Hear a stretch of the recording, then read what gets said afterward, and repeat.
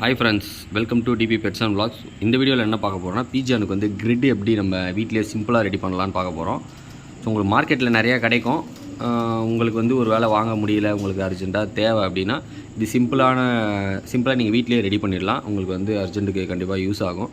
So பீஜானு grid எப்படி ready பண்ணுறதுன்னு தெரிஞ்சவங்க இந்த வீடியோ ஸ்கிப் பண்ணிக்கோங்க. ஸோ தெரியாதவங்களுக்காக தான் இந்த வீடியோ கண்டிப்பாக யூஸ்ஃபுல்லாக இருக்கும்.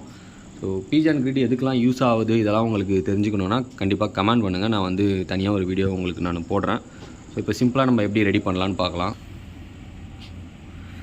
ஸோ பார்த்தீங்கன்னா ஆல்ரெடி நான் மிக்ஸ் பண்ணி தான் வச்சுருக்கேன். ஸோ இது சிம்பிளாக தான் இருக்கும், ஆனால் இதிலே உங்களுக்கு கண்டிப்பாக ரிசல்ட் வரும். என்கிட்ட வந்து நான் கிரிட் இல்லாத போதெல்லாம் இதை தான் அதிகமாக நான் யூஸ் பண்ணிகிட்ருக்கேன். கண்டிப்பாக நல்ல ரிசல்ட் இருக்குது. ஸோ இதில் பார்த்தீங்கன்னா நீங்கள் வீட்டில் வாங்குறீங்களே முட்டை, அந்த ஓடை வந்து தனியாக எடுத்து வச்சுக்கோங்க. நாட்டு முட்டை இருந்தால் ரொம்ப பெட்ரு. சாதா ஒயிட் கலர் கோழி முட்டை இருந்தாலும் ஓகே தான். ஸோ அதை காய வச்சு நல்லா நீங்கள் தூள் பண்ணிக்கோங்க. இதில் பார்த்தீங்கன்னா தெரியும். இது முக்கியமான பொருள். ரெண்டாவது பார்த்தீங்கன்னா உங்கள் வீட்டில் செங்கல் ஏதாவது இருக்கும், அந்த செங்கலை வந்து எடுத்து தூள் பண்ணிக்கோங்க. ரெண்டாவது பொருள் இது.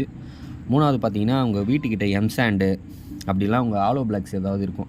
ஸோ அதை எடுத்து நீங்கள் தூள் பண்ணிக்கினீங்கன்னா அதுலேருந்து நம்மளுக்கு எம்சாண்ட் கிடச்சிரும். மூணாவது பொருள். நாலாவது பார்த்தீங்கன்னா வீட்டில் கல்லுப்பு வச்சுருந்தீங்கன்னா அந்த கல்லுப்பு சேர்த்துக்குங்க. அஞ்சாவது, இது நிறையா பேர் வீட்டில் இருக்குமான்னு எனக்கு தெரியல.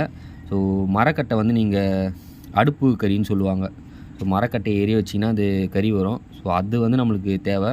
ஸோ அதை தூள் பண்ணி போட்டுக்குங்க. முக்கியமான பொருளே இது தான். ஸோ இது இருந்தாலே போதும். இதை விட நம்ம எக்ஸ்ட்ரா ஒரு 3-4 பொருள் இருக்குது, ஆனால் அதெல்லாம் கிடைக்காது. ஸோ சிம்பிளாக இது மட்டுமே நீங்கள் போட்டிங்கன்னா உங்களுக்கு கண்டிப்பாக ரிசல்ட் இருக்கும்.